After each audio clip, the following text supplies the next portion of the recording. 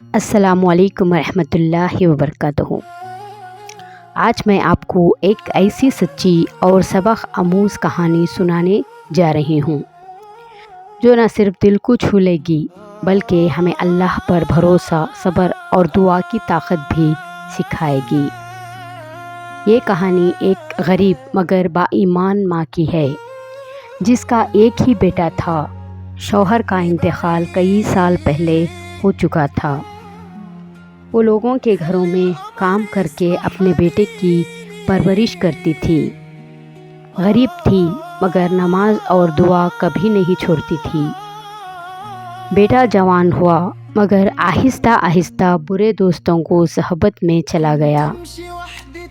پہلے نمازیں چھوڑیں، پھر جھوٹ، پھر بری عادتیں۔ ماں ہر رات اسے سمجھاتی مگر وہ غصے میں کہتا، امی مجھے میری زندگی جینے دے۔ یہ الفاظ ماں کے دل کو زخمی کر دیتے مگر وہ خاموش رہتی۔ ہر رات تہجد میں اٹھ کر روتی اور کہتی، یا اللہ میرے بیٹے کے دل کو ہدایت دے۔ میں اسے نہیں بدل سکتی مگر تو ہر دل کو بدلنے پر قادر ہے۔ مہینے گزر گئے۔ ایک رات شدید بارش ہو رہی تھی۔ بیٹا اپنے دوستوں کے ساتھ باہر تھا۔ واپسی پر اس نے ایک سڑک حادثہ اپنی آنکھوں سے دیکھا۔ اس کا قریبی دوست چند لمحوں میں دنیا سے چلا گیا۔ یہ منظر اس کے دل کو ہلا گیا۔ وہ کانپتے ہوئے گھر پہنچا۔ دروازہ کھولا تو دیکھا کہ اس کی ماں جائے نماز پر بیٹھی رو رہی تھی اور دعا کر رہی تھی۔ ماں کے الفاظ اس کے کانوں میں پڑے، اے اللہ اگر میرے حصے کی کوئی خوشی باقی ہے تو وہ بھی میرے بیٹے کی ہدایت کے بدلے قبول فرما۔ یہ سنتے ہی بیٹا ٹوٹ گیا۔ وہ رو کر ماں کے قدموں میں گر پڑا اور روتے ہوئے بولا، امی مجھے معاف کر دے، میں اللہ کے پاس واپس آنا چاہتا ہوں۔ ماں نے اسے گلے لگا لیا۔ دونوں بہت دیر تک روتے رہے۔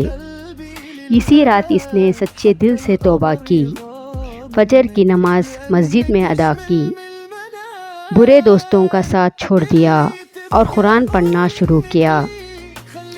چند سال بعد وہ نوجوان اپنے علاقے میں نیک اخلاق اور دینداری کی مثال بن گیا۔